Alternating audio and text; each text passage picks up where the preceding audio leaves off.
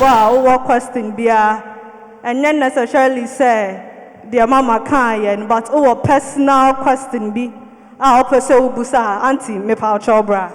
Nyami shall power bet ye. Now, more 2 questions.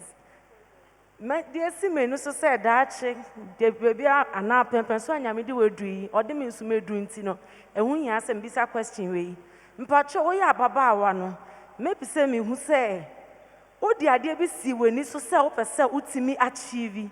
And now utimi so druana. And our second question has to do with regrets.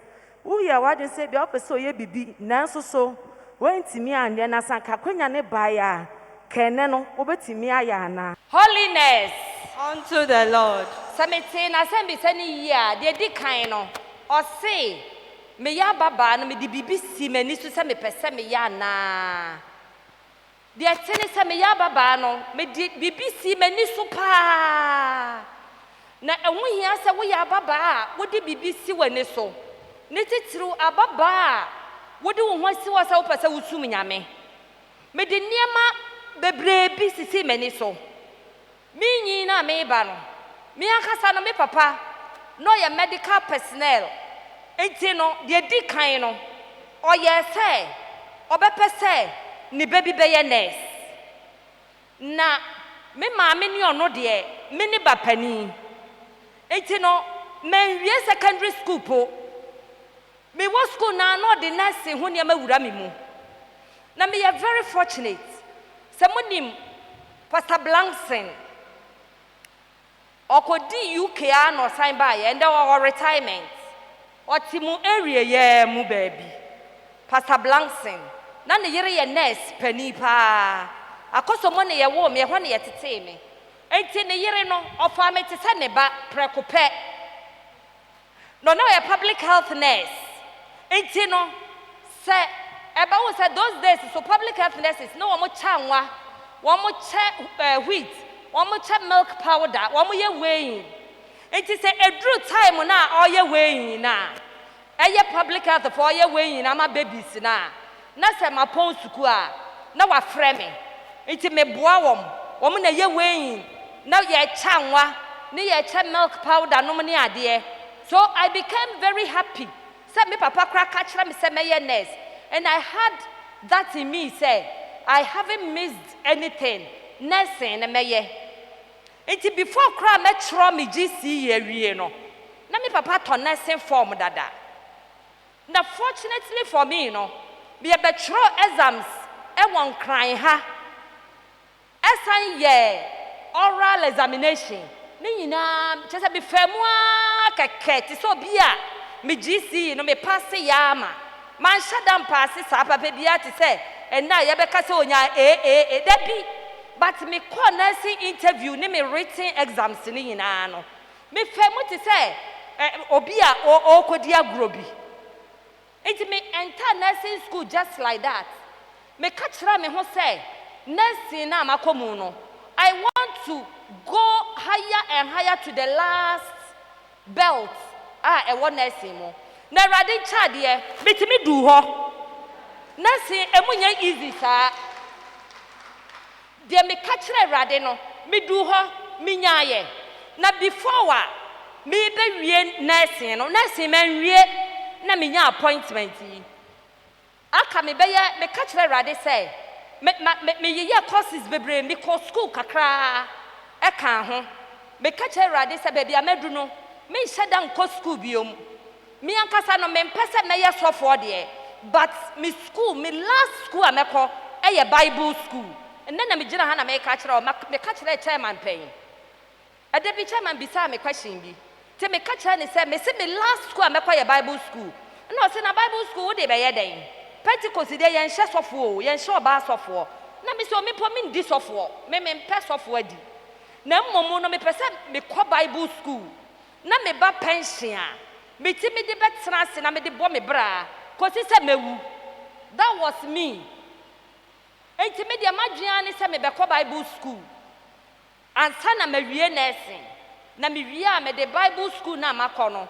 Kyese me de atoto mabra bo ho keke. Na eba se bia wo kwa sɔre ne yesi preach ya watimi akasa bi. Mentimi anko Bible school no until say your friend me say me medi sad position yi so. Enti wo ya baba ese se wo de biribi si wani so. Ma biribi si wani so. Na me pe reading kakra na wonim me was secondary school no na me throw articles about Pentecost fire mu just for fun. Na ya de a me pe keke. Enti Pentecost fire bebre wo hono mo a me articles wo. Na ya me wanwa say your friend is a position yi. Osofo ba akon emi so wo mo area yi mu. Your friend osofo tete. Se enyo ono ne Father Dixon papa dia. I don't know. Emi so be yo no a. O se sa Pentecost fire ni nyina de bre me. Se me hwe ade a me hya ase a me ye. Eno na aso aba ene. So whatever you are doing now, menya wo se wo ye keke. Fa bibi wani esi wani so. Ye biribi ma Awurade asɔre. Awurade onja wo saa. Odo be kɔ na wie ye. Wo second question no. Me de bibi si menyi so amantimi anya na. For now dear, me ngini se me de bibi asi mani so a emba mu. De me pese me ka kire wo ne se, bibi a wo di si wani so bia no. Ka kire Awurade, obema na bam. Me Mawaria, I will come and share my marriage testimony with you one day. Mawaria, me worry, me catch a rade. Me see swame bano. Me catch a rade, say me a nurse. Now, so me worry doctor. Doctors, baby, Bamakwemu, they were Christians. And a bit elders in Penny Forward, sorry, mo.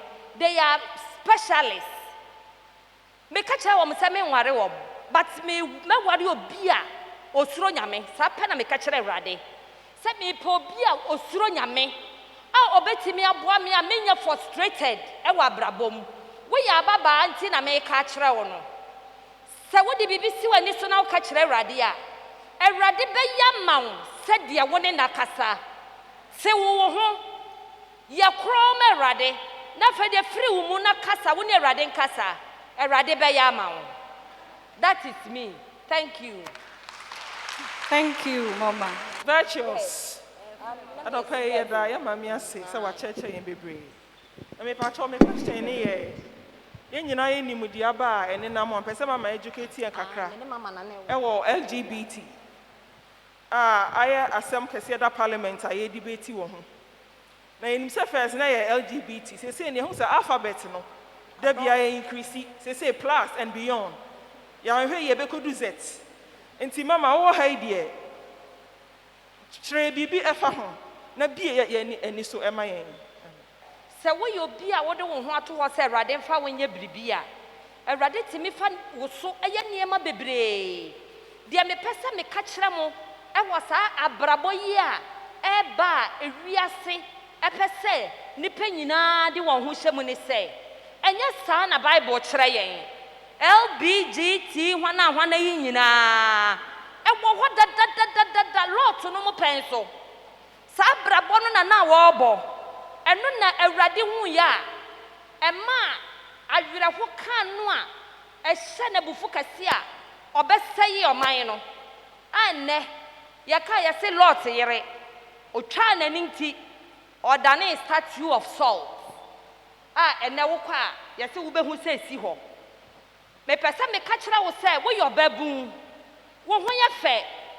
Awurade bo wo so ba obo be man se no obo ba wa mo ba ni ba se wo mo metena turo no mu obo be ma e na obo ba e na o se mo nwo na mo nore na mo sha asase so ma Awurade nyansam you can marry a lady like you what be that ene Ghana for ye ɛyɛ ya na me gyina ha as the women's director I'm a bomb payamame me catch ra wo say sabrabo no ebia wo wɔ secondary school wo ye bi ye nyina ye kɔ secondary school na wanya mada ɛno no ebia small na de keke but ebi no go to the extent wo komo akyire adinyi supi se bia wo school no wo ye bia ana enne kura wo school wo ye bia ana se wanyi te se me ebi no te se me a wo mo wo supi fo a wo mo ne wo mo bobra because sa wo mo namfofo no wo mo na taduane ma wo mo di wo mo na tatare ma wo hye wana na ka kire wo se de awurade ahwe wo abeduri no ontimi hwe wo mfa nkwa wieye leave them hwe me ya midwife said me ka kire wo na me ye ma bia na me wo no before me be director me call office no na me wo family planning unit a reproductive health unit enima bebre kwaso wo ho wo be hu na ema mienu na ba ko de no nyonko aba o se obeya abortion ama no edan asem a oye ne yere ema mienu no oye ne yere na ba ko atwa no ho akofa boy na wanyem o ma ne nwo. You see, there are so many things going on. So what's here we am show? Who we am show? And say yama ho kwan. Say everyone e Ghana. Ya say ya to office mu. Wana na ka kire o. Say ya the office na ya adwuma. E individuals. Office dey ya betimi atum. Na wan kasa woni pedua no wan kasa. Bu hu se wo yonyame asore dan. No nyame fa wo so de aye biribi da ache. Ama wiase nyina. Na nti fa wo si ho ma awurade. Na siesie wo ho. Se awurade fa me ye.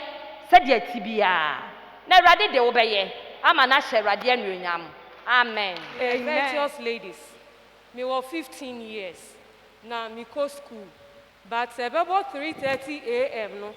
Ne bia ma wo fo eja me ho ekọ adwuma.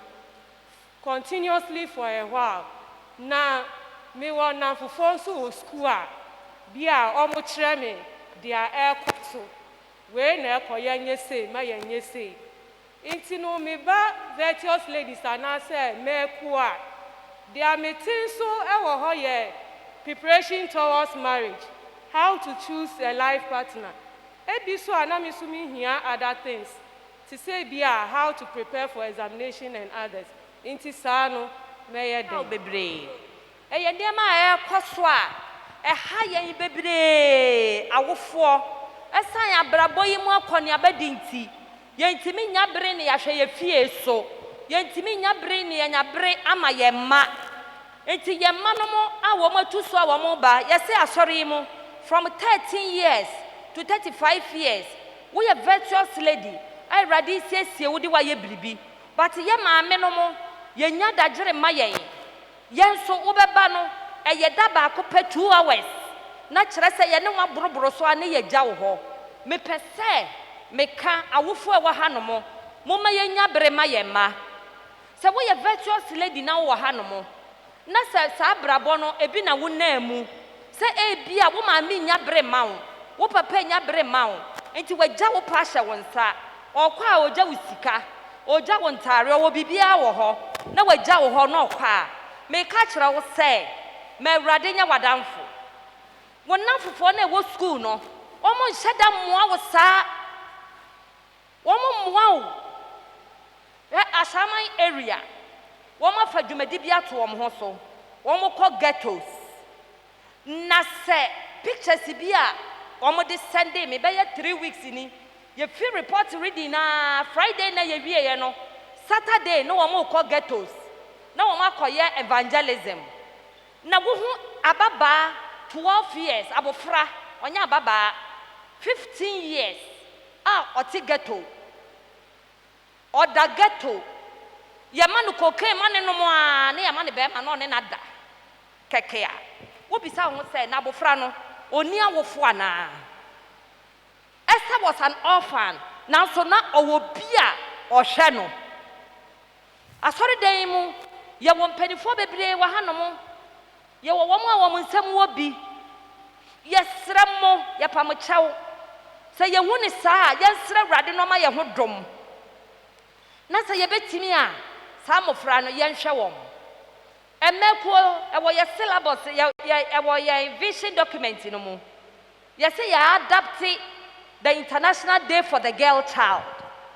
International Day for the Girl Child no yɛn ankasa yɛn mu abɔnten so yɛn Pentecost school yɛn adapte saa day no mum yɛn gada yɛn ho me gyina ha me pɛ sponsors me nyanya bi me see the Day for the Girl Child no Emekuo National we are going to take one of our schools ɛwɔ deprived area bi na afɛ deɛ yɛakɔhwɛ wɔn ababaa no kora pɔ no tɔ de bi a ɔyɛ ne period kora deɛ ɔde bɛsiesie no kora wɔnya bi ebinom kora kɔ school a wɔn nhyɛ draws wɔn kɔ school a wɔn nhyɛ draws eti sɛ nadamfo dom no na ɔma ne bia na kyerɛ sɛ ɛnoa no yɛsrɛ mo yɛpam kyɛw mummoa yɛn wɔ saa kwan no so yɛn mama nketewa no yɛmfa wɔn sɛ yɛnya ayɛ deɛ na yɛnhwɛ sɛ yɛbɛtumi aboa wɔn a yɛba sɛ yɛba virtuous ladies ana yɛba mmɛkuo benada na virtuous ladies benada no so yɛ moda we don't have any new day for you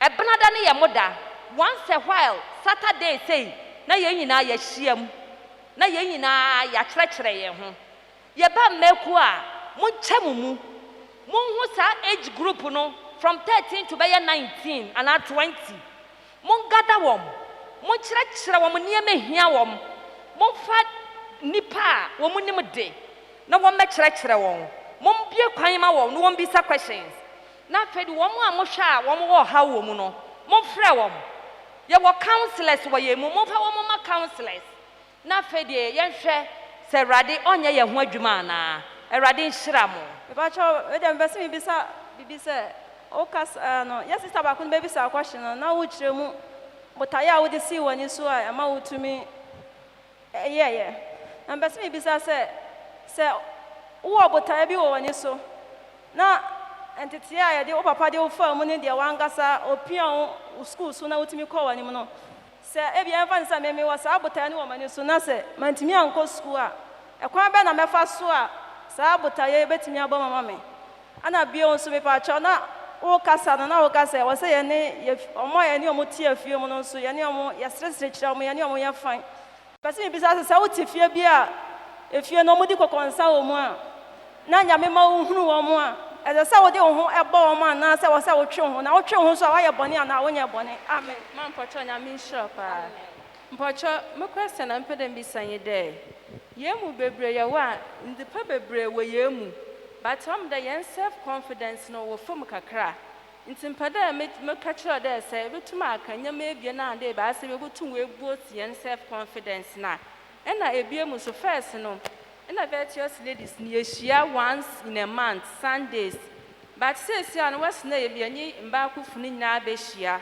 Tuesday nti mpɛ dɛ mbisa dɛ the meeting no ɔmbɛdu bie ma na apart from Tuesday na yɛbɛhyia no amen deɛ tene sɛ mame nyɛ no mfiri yɛ sister deɛ no so Sundays no a mohyia no sɛ area head ɛne ɔsɔfoɔ ama mo kwan sɛ Sunday awia no ɛkwan wɔ hɔ sɛ mohyia no problem mobɛtumi ahyia but yɛpɛ sɛ Tuesdays no sɛ nyɛ school na sɛ nyɛ adwuma bi na sɛ ɛkwan wɔ mo ho a momɛjoin ne mmaakuo no mokɔ deɛ moayɛ fortunate yɛn no yɛte sɛ mo no na nkyekyɛmu bi ani hɔ yɛkwan a deɛ wɔ mo hyia no ne yɛsua bi enti no mommra mmaakuo no benada no yɛpɛ sɛ local level no moba ne yɛnya effective ministry enti mommra mmaakuo no na either Sunday o anaa Saturday baako bi na sɛ kwan wɔ ho na ɔsɔfoɔ de bɛma mo a na kyerɛ sɛ mokɔ mo anim ano no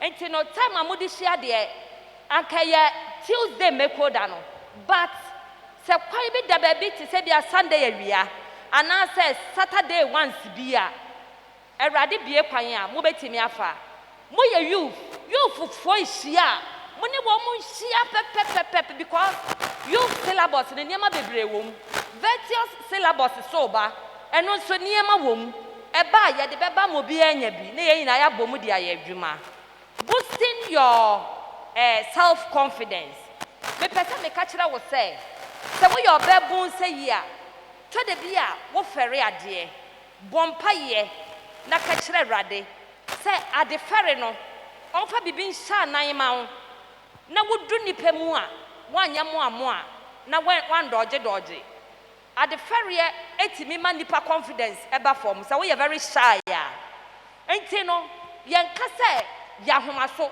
wodu ba bi a hey da bi ye woni nipa bi wo ho no a wo no saa no wo mote but say wo hwe na wo self confidence wo form a ebia na wo fere ade ka kire erade beboa wo number 2 ebia wo bu ho say wo dia wo ho nyefe wana ne ka kire wo nipa na ebo sa adwene wo mutiri mu nyina no wo mo low self confidence se bibi ba mutiri mu se me de nyame me sei wanya ne yie na de na me nan nkiti na hefa na me moma aye poakosi wo start say wo susu wo ho sa pe ebe ma wo self confidence akofom enu nti no hu se wo ye oba erade abon se wo ye kokoo se wo ye tuntumo se wo ye honey ho hu se wo yo nyame abode na erade edo enu nti na wanyia beduru sa pempenhwi wo siesie wo ho a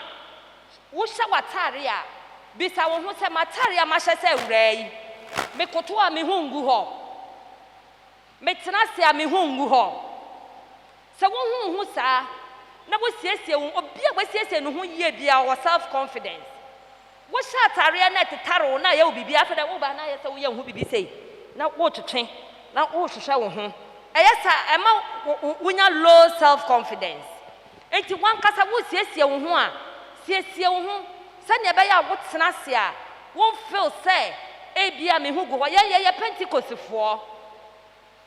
enti ye siesie ye ho a ense se ehun ba asem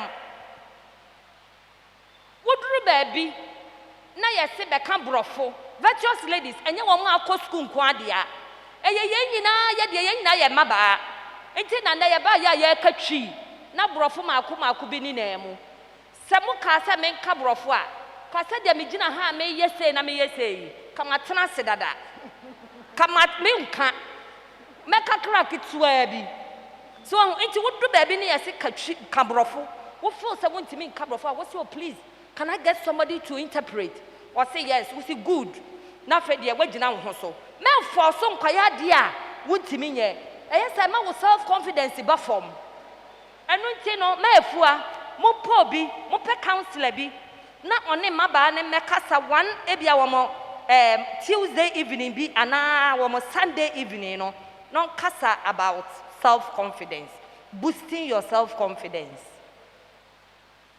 Yes sister bisa asem o say ade na me di see me ni so no metimi ekọ manimu a ebia na me papa no mo boa me ana suku a me koye enti saa ne me pesa me kacha don't go me ba ko no so me bisa wo de me pesa me kacha wo ne say eye school there eye very good se wutimi ko school a etimi ma enema wo die si wani so bebre no wutimi ye but se wo ambition na se wunya boafo a wo boafo ne awurade kasa kire awurade hwe school enye baby awadu yi wo betimi anyia traso na fe na wo kɔ university wo be kɔ so wo be achieve dia wo pese wo ye no enti no se school ena ebe ma wo achieve aim a sire awurade se wunya school fees ya omo bi emefa wo no fa wo kɔ school wo be kɔ enye ni nyina so na ye school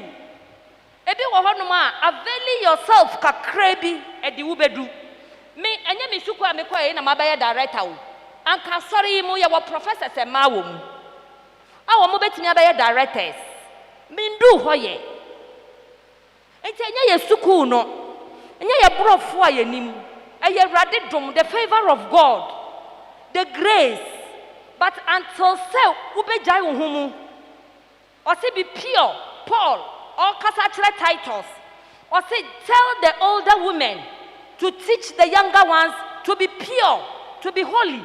Onfa wo mo si ho. Emma Urade, no Radinia woman who Juma. What was the second one? So what if ye be more? Ne fear no more conquansa from Quan Nebuho. May some say be friendly. When you want you fine, yes, you want to influence these conquansa for you. You want to possess them. It's when you want your car, what then what possess you? Most of my conquansa for, and you want to many woman, how can you possess them? You have to be friendly with them, but you have to be very careful. Because one shall know one woman be shown. And be friendly with them, but be very careful. Fenya instead say woni wo mo be di konkonsa no fenya me asem ma wo na Awurade obe possess wo mo ye Muslims. Why not? We are possessing everybody. We are possessing all of them. Be friendly with them. Ye wo Muslims in Namfufo. Ye wo Muslims in Namfufo. Edru wo mafasha ye congratulate wo ye ma wo mo either ada no money ade. And no na be ma watimi a possess wo mo. But be careful. Or the Muslim samu ba fa wo Kristo samu hia no. Na Awurade nya wo ho adwuma. Amen.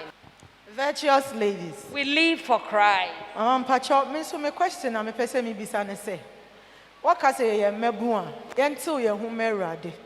Na ye nuanom mayo ye a woko SS no. So fata say, oh SS a, wo be ka say o redate your berima. Unim say, oh, ready, say, worry in the next 5 years and not 3 years. But any animal ketuano so I know one say we are so required jaw. And today, and I bet me I can at one Timu say, what told was no the journal Wadia, we are. So that time in Dua, and also the no beba. And I feel, as I say, says for you go school. My mobile phones and found school. Then so yeah, we for now I say mo family go school. Yep to phones no ma what the share one bags mo. Na okodu kra, won say late no dey na down for be phone afrel. So yeah we free. Then e be kan hye hu cry. And I yanya mo nhye yen say time a order frel no say on wo kasa wi a. Sa no be this phone kro na afre obi foforo a unni hu ni die bia na medase. Kron. Ma me da wasi bebre. Wo question etwa to no. Phones na ye de ma ye ma ko school no. Ye ko school no na phone be na wo he. Phone ni ba bia eya soden. Enti ya sramo se school no se ma ye fa phones ma ye ma phones en ko school. Eya mpai bonkuto eni kasa kire. Ena Awurade di ye chia be se na ye nyina ye kokọ SS ni bi. Ye ko secondary schools. And the moment you cry 3 years, you call no 5 and 7 years. Oh, na empire kasachra ubano, or your wafa kasachra ubano, na Awurade baby a crying. I'm ordina call, not in a brew. And see, and then Awurade ya drum, your school's ministry. Ye betty and who go no sumu. Many women are never come home my school's ministry, no. And no Timomo. Send your beya, yani a man be kasa. Na woman yamudom, na feino, woman timmy at siasem. Dating. As I said, Moshada Poby, no any woman abeka dating who asem. Ya was secondary school, what is dating? Maybe we are nursing crano. Afraid ye, me yes, I may be warren. A true baby cry, me see Debbie, men son ye. It's a men worry. Because what is dating? What beside my minimum penny for Bakacho said they didn't date. And that it is the order of the day. So why not? You can date, but not when you are in school. And a dating, you're dating, and no crano. And you might be brave. So when you're ready, or Mama says, when you're ready, so we're in fear by me and son, you don't have to date. You don't have to date. Dating, it shouldn't go as far as by 5 or 3 years. And the bedroom, no, now when you need some by 6 ago, and son of worry. And also, no, we frown at it. Yampe Yamuna, Yampe. And until you don't date at that time, ewiase ne nkɔ baabi anya wo emema na fe na papa forever enra na me ni youth director eye meeting or say we are going to do a joint virtuous program. Then you will see the giants in us. And mema papa bi erade ahyehyɛ wo mo amamo. You make friends with them. Then enua friends na mimi kunu it was friends. Let's make friends. Let's make friends. Ya na you make friends. Madam Wase, enu nti no we have to get time for you. Me hu say niam ni bebre wo ho and it is all over. Me gyina na maka lead the bia otie me no. Make time for the virtuous ladies. They have enough to get from you. And never be brave when here want to say dating. Time ben no mo dating. Time ben na say wo mo ekwa wariem. Any de eka ho nyina. Erade nka ye ho no mo aye. But don't date at that time I was secondary school. No, you can make friends. You can make friends.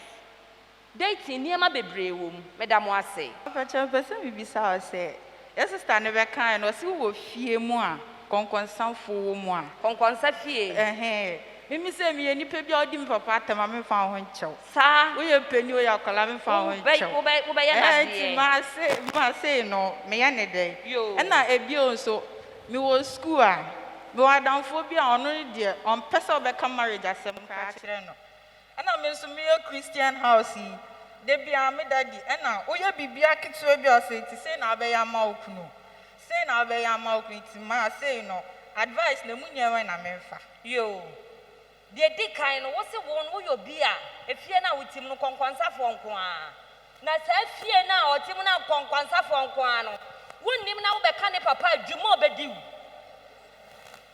we have characters, we have qualities for a virtuous lady. Ye wasani erade boy yina ono no me sha oye extrovert ne kuko wo kana wan kasa de beba wo so no onipa sei no eye sa na erade aye no but de me pesa me enyo no kwa na wasa kuko ni bi wa ha nipa ni bebre wasa kuko ni bi de me pesa me ka kira no say wo your basima oba wo ho ye fe.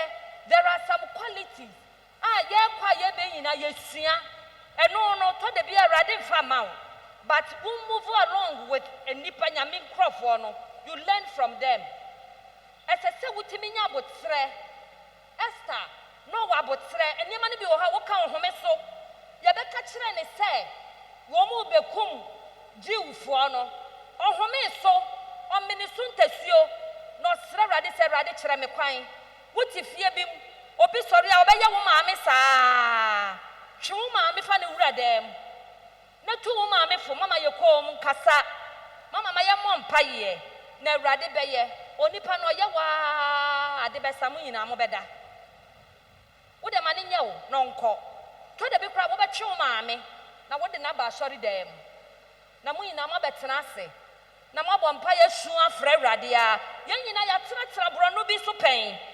And it was like that. And you will pay some a check ever since. Ubisa wona na bere obeka kire wo. Says that time ni nyina na society no mo no community no mo no ye won crofo saa but erade di so nkonim na na ye nyina ye gina ha sei. Enti so bi ye wa memfa wo kokoni akire so bi ka wo fie nipa emfa wo kokoni akire kire nipa ne se erade di bibia ewura wo mu enu nti no bibia ni hono mo obeka ebepusu mu obi wo ho a opeso so wo hwekeke enu nti no kan kuma to yem nyame obeye mu nyina bebire wa ha obebisa maamo mo parenti mambisa enti no wabisa maamo mampacho o kasafa Esther hono o se na otie ni bo no wa hobrase na ade enti ebia na me no fidia ye titi bi wo mu no ebia na mo nkyerɛ me saa de na ni bo ne saa nioma no ebia de kitwa bi kwa na omo tiatiam na omo yesi intene na what like metie in church first hono sen na me ya me hu enibo na mabeye te so no me da se opese osua se enibo ye ka enibo a guesters, one of the guesters. Yɛde titi nipa. Yɛde sɛ me maame those days no. Sɛ wonnim ɔhɔhoɔ ba me na ayɛ sɛ meyɛ mperewasɛm kakra ɛnnɛ meka kyerɛ mo. Enti no sɛ bia ɔhɔhoɔ ba pɛ na me nso makɔtwe makonnwa na mabɛtena hɔ. Na wayɛ sɛ na wagu n'ani.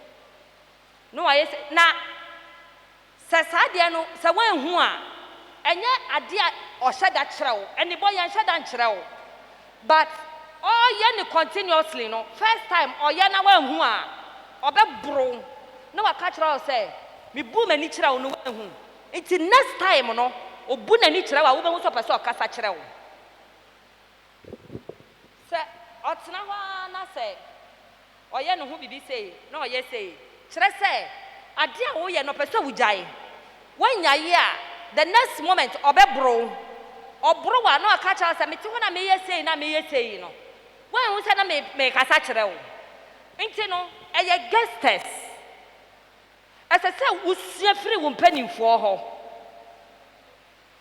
sɛ yɛ maame no mu ati hɔ yi ɔnhyɛ da ɛmɛka nkyerɛ wo sɛ w'ataareɛ no ɛyɛ tia nti ka wo nan bɔ ho but ɔte hɔ no ɔhwɛ wo no nyinaa na ɔyɛ sei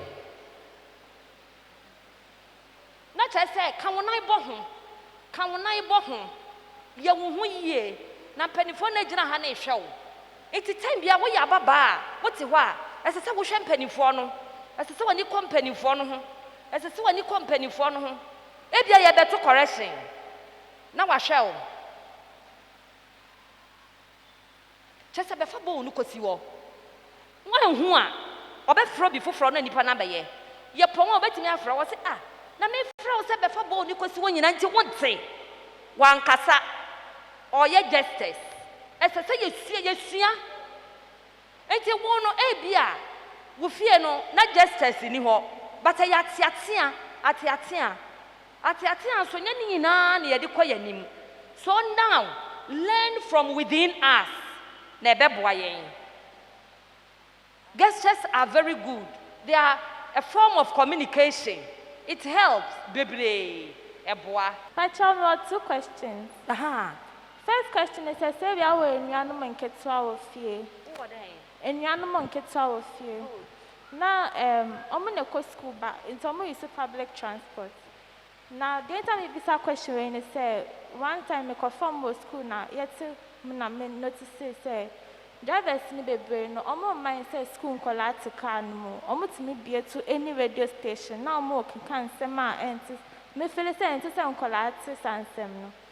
O catch a driver no mfiu. O hu ne say dia o kanu nim dia o kan ti ana sa no say na obe contact akasa chewo nuanom so nsem be no e bia enti say etifu ano anasa nya ade a eti say odwen ho ko echi bebre. The second question Pachan. The second question is say yen na ye mfom so even because sometimes your parents need bitimi ye mfom so. Ye mfom so. Enti o show nya ne be wasate fa suban bi a wo hu say toye but onu wo ne say e bia wo maami ana wo papa ye sad ni bi say na betimi akasa che no say sad no enye na on be dwen say o enso pese o ka say e bia dada ne mama ye enya na seden ena me last one ne ye suggestion say ye mo bebe o ha ya penkofo ne omo akasa about enyema ekoso ya babu ma ye ntimi mba embeka ntimi me suggest say bia ye bepe bia some anonymous box obetimi atro there how now they betumu ama obi atimi abefa kind of address me that's nyame shira obebre mame answer free as here me say waka suggestions and wa cite be 2 questions. Number 1, or say, yemma womo anonymous page bi, ana say, bebia, or the nasamotua, obenya imuaye. Nyame shrao. The atene say, minim secondation area, more virtuous platformer, but still open anonymous page. As I said, mutimi eye bibisa, virtuous lady no obetimi akasa wo ho obetimi de ne question ato ho na fe de mpanimfo na ewo mu no moyi ano e de ama wom eye very good eye suggestion make here enti IT fo na wa han mo find ways and means mo betimi e de aboa saafo no ene ye number 1 number 2 o say ni nuanom nketwa na ekɔ school no mo fa public transport wo mo pon no wo mo ba radio station e da ba bia anya public transport enko a ebetimi aye ba bia ye television stations in mo ne ade yetimi de tu ba bi na ɛha emofra ewo fie de me pese me kan say because eye public transport in nti no obia tibi tena car no mu bi saka ye school bus mpodia moko PTA mo betimi aka wo PTA na driver no wo ne na kasa na wahu ba bia station a odi radio no beto but public transport no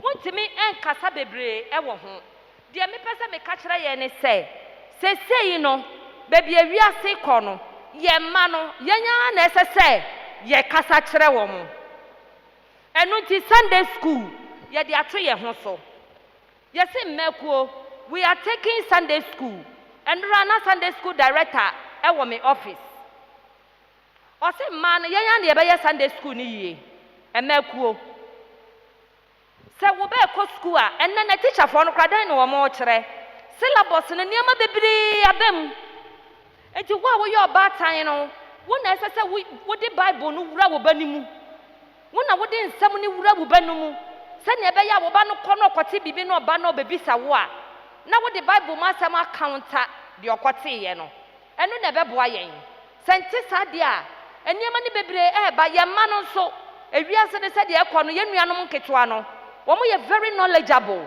question obebisa wo no wan kasa kura wo yi ano a wotimi yi ano papa but I say ye de Bible no na yi na no se schools no kura Bible no wo mo nkyerɛ Bible ne saa enu ti yen na sese ye kyerɛ wɔn na ye di wura wɔ mumu na nya nsunsanso e wɔ mumu o se suban bi wɔ hɔ na wo nuanom nketwa no e portray na nya wo be ye den ni nyina agyina Bible ya ye gusu a ye ka ho asɛm yi esese ye di nyamesuro e hya se wura ye nuanom nketwa no mu ene ye Sunday school for mo nti na me say Dickness bia envitese Sunday school at your local service no Dickness bia visit Sunday school once every Sunday enti bia na wona obekɔ kyerɛ me na mekɔ wokɔ bibi kakra wo wu mu bia fa wura kwala ni mu abofra ni hu a de obeka kyerɛ ni bia no obefa na obeye eye nyame asɛm eye mpaibɔ eye kasa kyerɛ eno na de ye nam Mama, question here, Wahai. Please, I want to ask us, you are a midwife, to help us all. That's being a virtuous lady. Can you go for family planning to protect yourself? Or, because you are a virtuous lady, you have to abstain totally? Please, add it to your answers for me. Thank you very much.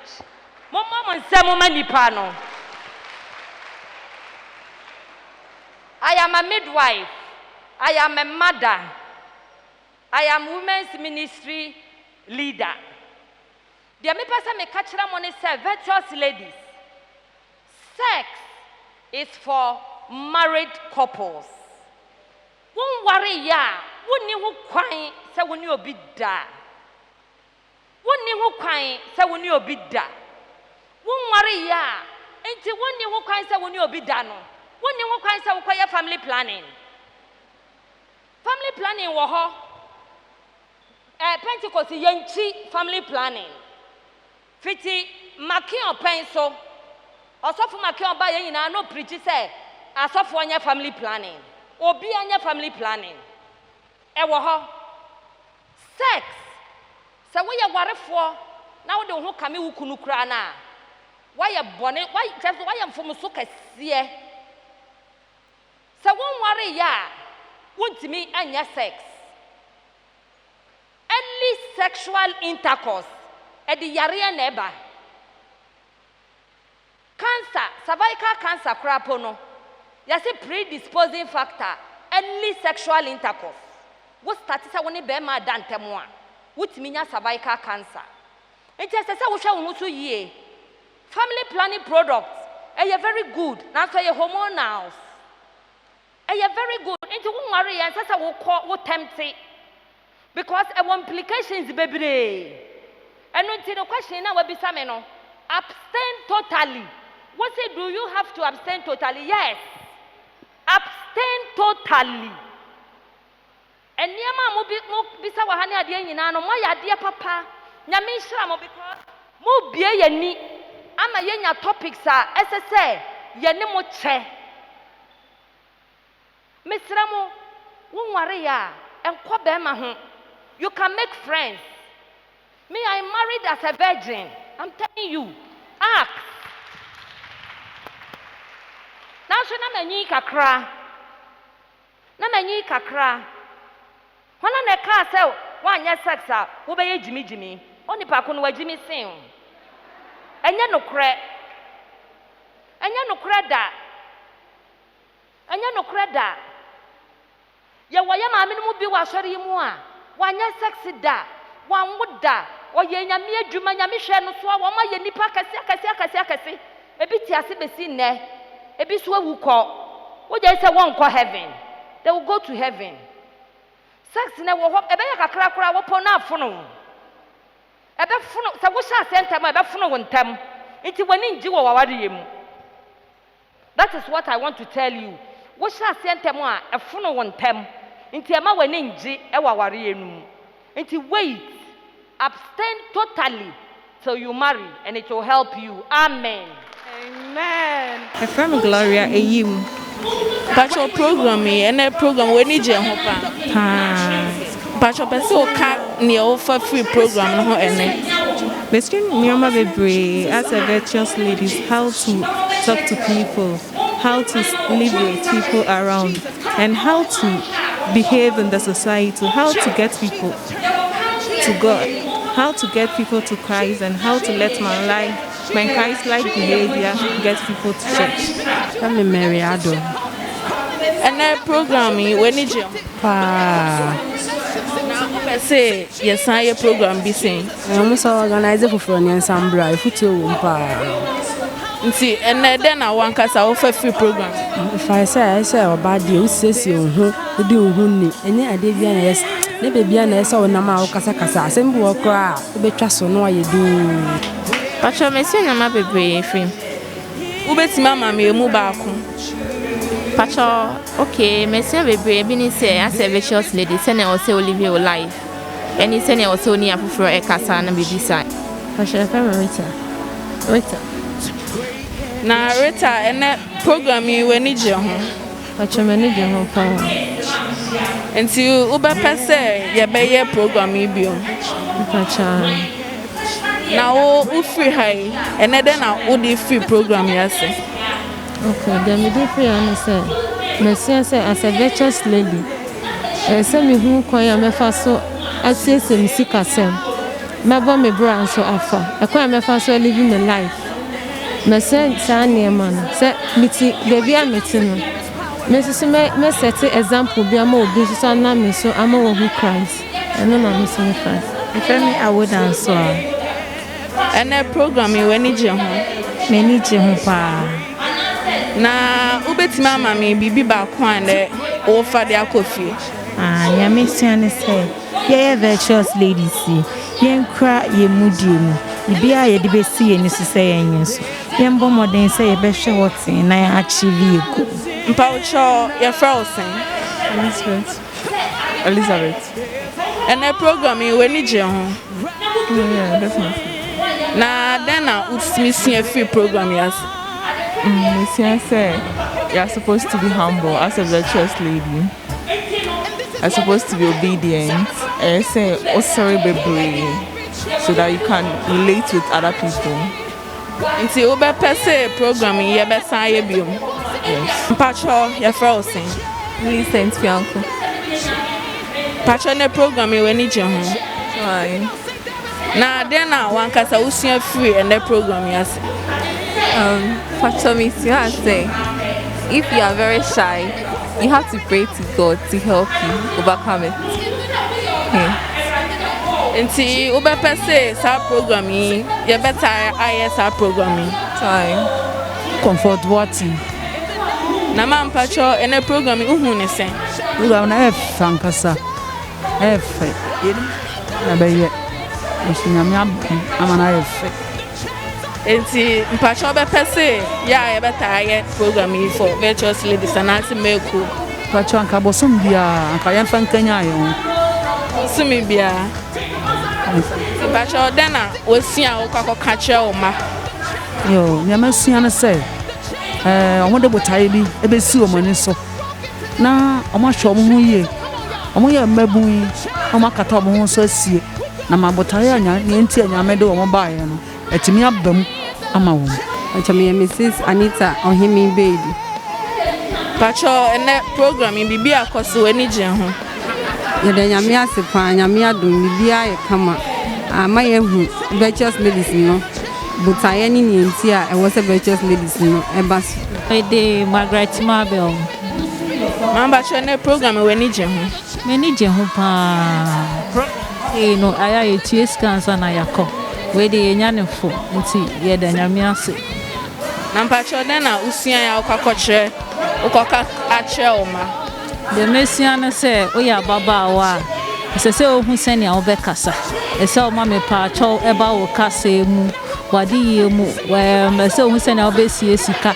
Sene ohu sene a obehwe ufie obesiesie ufie. For me dikness Rebecca Manteado. Pacho ne programming we ni je ho. Na ni je ho pa. Pacho den kakra na obetima ma e bia ofa o program ya. Ma shia ne ma bebre. Sane be ya ene ye mama ba wa ye virtuous no. E betumi aboa won kwan bebre so. Sanse ni aye ma me Joyce ai kan ye no. Na sese ye tumi boa won so. Anya se ebeja ncheche no ade ama wo mo ne se wo mo anko no mo kobo mo bra. Ya kan difoi. Sese ye tumi ben wo. Na ni ama o chechere ye ni nyina so mo nti bibi ase a. Mo so atumi aba bebo ya mane. Eden pa bo.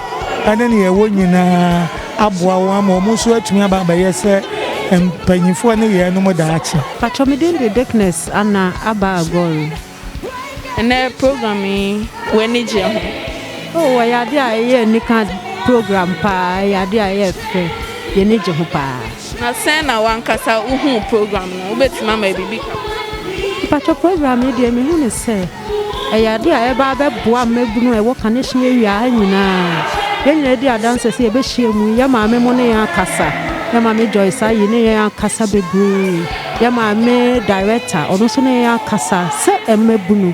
Kwan ebe fa so ebe tena se ni ebu ye mbra na ni anyame ahyeha ma yen no etimi abemu ama yen e friend me afia bonsu me ne area leader kanishi mamba cho ene program no e ko sen ma onyame adom o ma ne nsa so aye kama pa mebru ne ba e virtuous ladies no mo ba kama o mo ba on time so na o mo ni ye nyina che se de ye no aso ti ayat ti pacho obe mo be san organize sa program bi ama mabuni nyina nyame ya aduma e be sa e biem e be ye ho break akra ne apeda e holiday obia betimi aba ene ye me Saturday no dodo ne ba de na so nim se binim so call various places to mo antimi amanti be sa organize biem e san se mabuni ye daachi ye ni ho e china mo na ba be si anan enti abrebia no si enya bride be fro ne de achechre o enti be sa ebio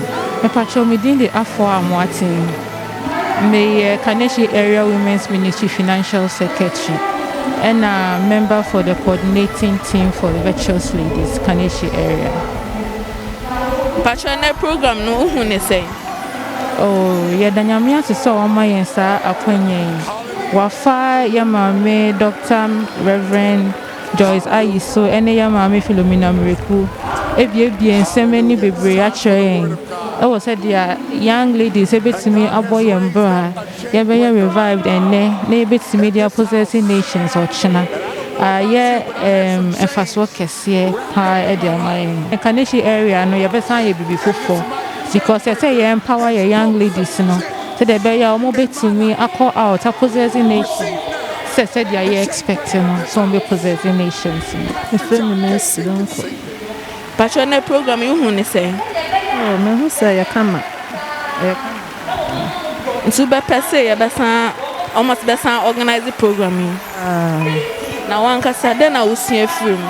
Mesua nneɛma bebree afiri mu. Mesua sɛ Esther ɔnya ahobrɛaseɛ twɛn Nyame anim. Nyame boa no ɛma ɔno nso so ɔbɛyɛ wɔ hene yere ɛma ne man nya ɛnam so ɛde nya nkwa ne ahotɔ. Christian Ajuman. Christy, na ene program you hu ni say. I am very educative and Messia Nema Bebre, especially from Mama Joyce Ayi, or church Nema Bebre about virtuous human. Into Messia Nema Bebre Ephraim. Into I am very, very productive. Ya bonfire, and so we've had fun as well. Yasa. Into no a whole package, ya nya ende. Esther there. Afo. Esther, any program you want to say? Oh, okay. Now then, I see a film. I was encouraged by Reverend Dr. Joyce Ayi, and then our women's leader, Miss Philomena Miriku, sharing about virtuous ladies. And then I think so when I go home, I'll start applying it to myself, and then it will help me build up my future. Patron program you want to say? It's really nice. You're very good. Then Bible say, "And can you many other man can bosom be a? Is she anything can bear me the power?" Patron, then I will see a few. Patron, me say I was sent me buadia because an American son was say, "Buadia, and they would do it." It's say Esther, not Obuno, not Obubian, so would see a mere sense.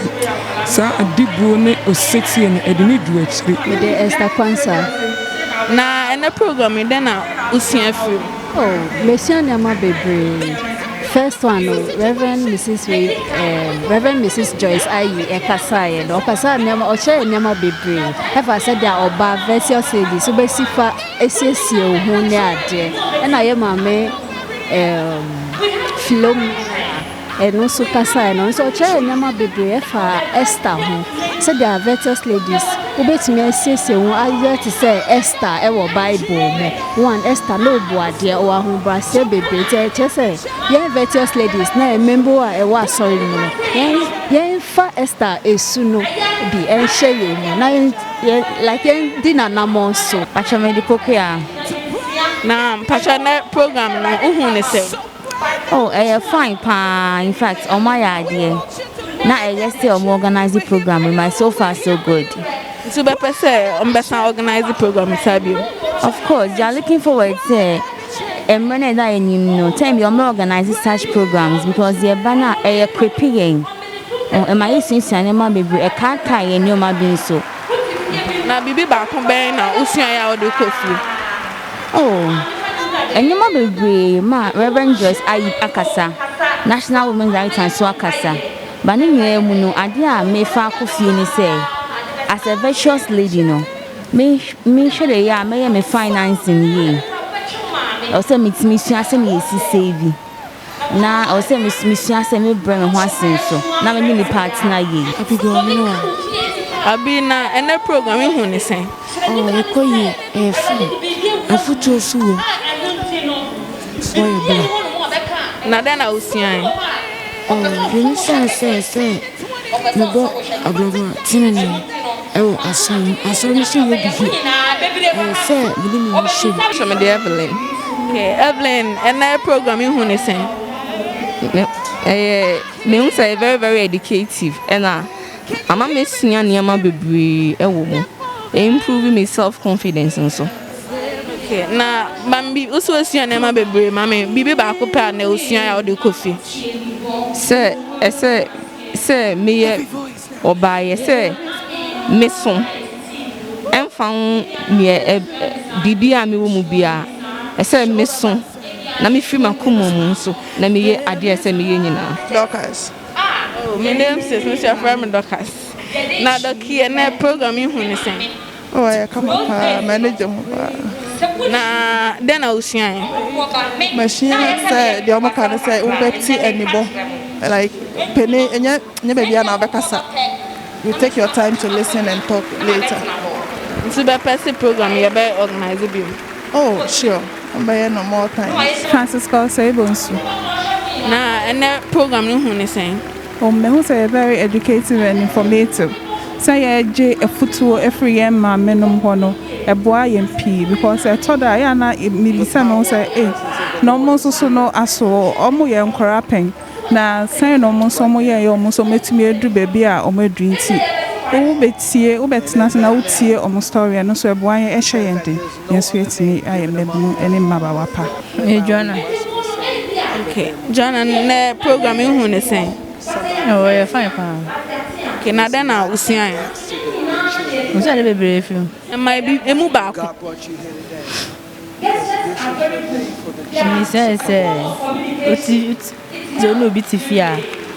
Maybe I was in Nakasa, and I was in the friend me just fellow cran. And that program you who is saying? You're very educative and yes, in church trinity, and your baby said, your baby brief free one. Yeah, they call you fear, money outside, money, they could do Hujuma, and we wish for more and more and more, even though time has been spent a lot, but we are educated, I mean, internal. We want to see more in our various locales, area level, and in our districts. We want to see more. Your family, Henrietta, also a German. But your program, no one saying. But your program, another me who say, a beboa baby. It's answer Yamadia Nanka, ye a mabununi teach you. Not young funny serious, and I say, yen nimno. And then Yama me Joyce, I Becassa, Yama me Philomena's Becassa, be a nini and Tiasi anywhere baby. I'm a young huno, not meaning safe here, no coino. Can she area virtuous lady in a transformation, Cassia Grace Chicho Na Grace, and that program you who saying? Oh, come up, Nyama, yes, Shawaha, and Nyama, a boy and virtuous ladies for papa.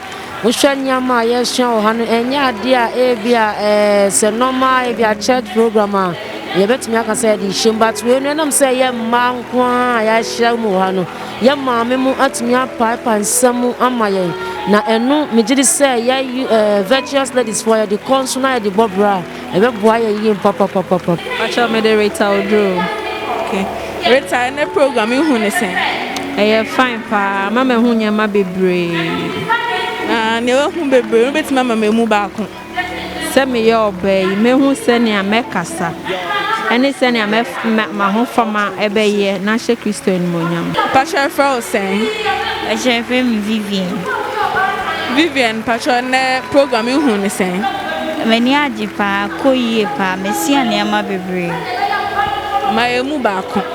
Messian say, Yama Joyce Ayi Casano, or Kasha and say, virtuous ladies or industrials, inte mayor bay, as a semi timid minsa a ye chuma, I meet me a supporter and fufu, Daniela.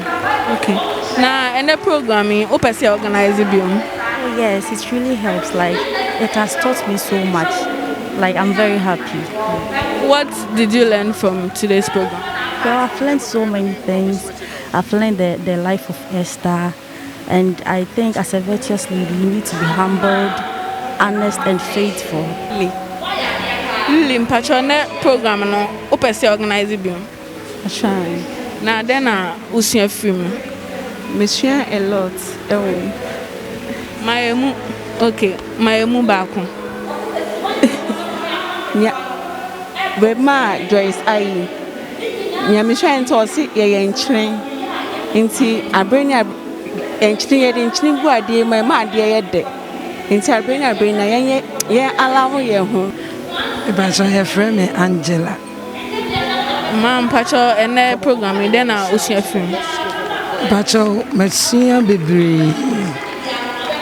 It is really Esther. Me say Esther ahobrase a onyaye no. Nyame nam no so epeja no. Enti ye nyina ye wo ha ye mre ye ho ase.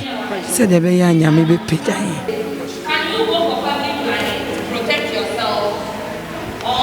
What your friend saying? From me, Janet.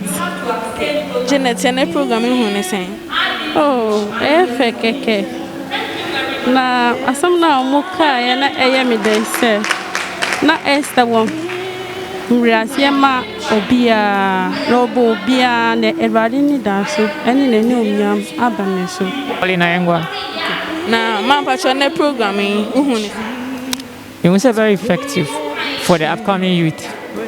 So what did you think that you're going to teach your children? Okay, the confidence in every growing lady should be empowered. Yeah, we should encourage the ladies to come out in terms of humility, faith and all that. Yes, I think that's what I'm going to teach them. Your friend Philomena Miracle. Me a women's director, national women's director at the Church of Pentecost. Na ewie you know ye danyame ase bebre wo kwan akaneshi for ebie. Kaneshi for aye Virtuous Ladies Conference. Virtuous Ladies aye emaba from 13 years to 35 e was sorry no mo. Ye titi wo mama ya sorry, ye dachi ya sorry. They are coming to be leaders of the church when we are not there. Intino ye boabwa womano na ya equipu womo ye hihye womo na ye siesie womo ama ye dachi asori. Ye pese womo beso asori no no womo asori no tumpon se dia ye huni no e chen so kra. Enu nti na ewie ye wa ha bedamo ase. Pacho me de Emilia Oben. Me yes of mama. Pacho me wo ni boy mind. Also for Anthony Kojo Oben ni boy mind so for. Program ni nyame na madum so ma ayefe na aboye ama yensu yakwa. Ebetimi dia ko chirechire mabun no e wo yen district ahoro ni nyina mo. Pacho your friend so for Mami Grace Aka. Mira Joseph Aka da kuma nyame che district. No kwasemini you say programming very educative. A bray and near bray and tears and a bray a dream. Am I a young co-fanso strong quan? And my who say, send ye me virtuous no. Young Cassie bet me a boy a bra. Na ye bet me a me binomon so as soon as na you to me a far mine am a crystal. And you say a dear a young crash pa, yes, you ever faso. E di atrechre ye mabu a won so betumi afa man amai Kristo. Pacha from Joyce Agent also mama minister's wife. Program yi aye program a ebeboa ye nyina ene mamba wa ama ye nyamesum SCP na dimu. Ye nyamesum ntiase ye nyamu ahopeka ye nyamu ahotoso. Afi de achire yadwin biara de atwi echichi yadwin biara no enti asenso nam program so bie ya mabawa neni esua bebre ene na megidi se nyame adom beka ho aboa yen ama awura yenye ama yetumi de abobra ya brabo ebefata onu Kristo. Efe Victoria Free Kweku New York, this is Pastor Yere. An area program, it has been very helpful.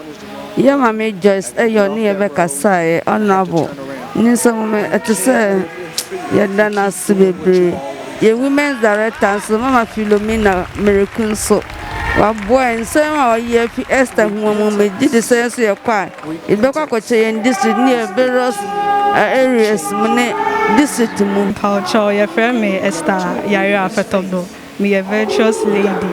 I will be North Central. Na ya betsia enyama bebre ye sia about Esther ho asem. Na ye sia say ye intimate friendly. Na ye exhibit good characters amongst our friends. Inti ene ya ye baye na ye inshira. Inti ye da ye mami Philo ene Dr.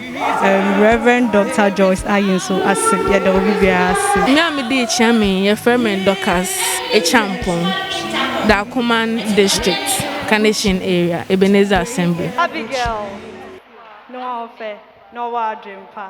Me so mo ho affair na mo wa dream pa. Ma, yada sepa se one akasa. You've had time to listen to our questions and answer them one after the other. Ma, yada se. Pacho yebefre ye maame Dickness asamwa. I'm watching, sorry. Now I'll be my vote of thanks. Virtuous ladies empowered to possess the nation. Ewiabere oyeme awonhwahwa pii. The impenyufo what on Southern and them remember the vote of thanks for this august occasion. And yenina yenyimde them programming akodi ashe Jesus nizin enyonyam. Ozinkan yada otumfu nyame ase. And then the fan wish mes man and sunere ya. Na mempa ebo nyina nde razi to nsuim my hen. Na yasha asiso na mehwe numbers ya na wo he ya mempa ebo nde razi. Twitwe virtuous lady Zebra. Na razi na nkasa na da Roma. Ozi obi abedu ha. Wa hwe de mpanyifo a wonye hen bekasa obi abey onhonye ye na bekasa ma bibia hwe nizin kronkron ne nonyam ewiabere yese yedanase yesi nhira nyina nkanizin ofi ho yeda the chairman of the Church of Pentecost no nye executive council no nye ne hokafo oba papa merenya meche yeda wonyina se yehwe religions bia nche mesiafopo wonyu ho kwan de wobehia wo chapel dem na mpo wobefa hia mu nkumai de yemra na yenkoten yembegyina chapel dem ni yembe som nyame yeda mpanyifo ase wo ho nyimdin na ho nyansa ama abu ekwan ama hen dam ewiabe ofi ho yeda ya mama Philo first as women's director on any executives ho abu edam kwan ama virtuous ladies awo Ghana ha nyina ma ibi aso Kaneshi area hendo yes mama nyame onhia ho afi ye fi ho a ye ba Kaneshi area ye papa Apostle Michael Etru onye ne ho kafo Mami Ernestina Etru be ma ho obia ewiabere yes nyankopon onhye da no onhia hon mes my virtuous ladies awo Kaneshi ye dan hona komado embere nyina wode ho support wode tie henechi yes nyame onhia hon na adwempa bia wo fa virtuous ladies Kaneshi area ho no ombrem ye fi ho no mu a ehankasa he Mami efua owusu abonsu. Mami a onara ofro no onye wokasa warawa kuma beto wiyem. Mama efua Kaneshi area women's ministry leader. Yes nyame onhyeda onhye. Wo adwempa a ezibai de yenye da mo conference da. Na ne ho nteto ya edo konyina mami ankasa wo agina wo ahwede bibiara akodo. Yes mama nyame onhye.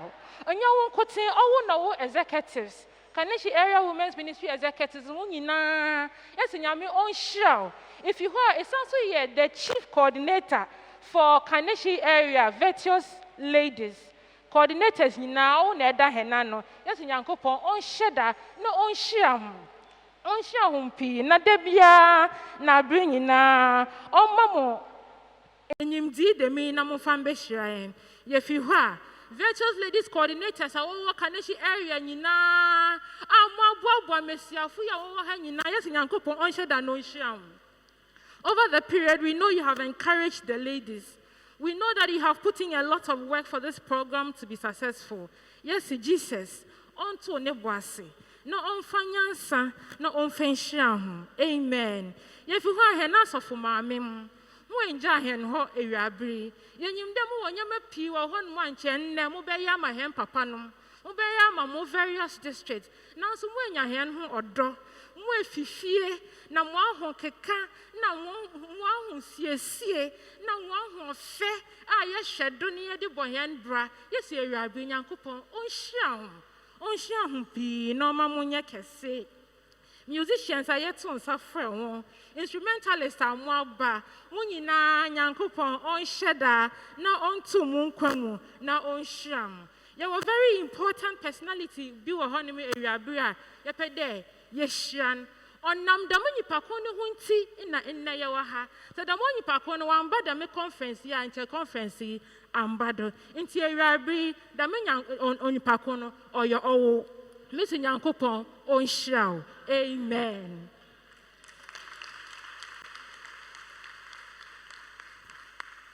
Virtuous ladies. Amen. Pacho. Kwan baby you doing your best friend. Young Kasankasa, you also for me. Mama, Aka, no, Babon Paye, and my. Oh.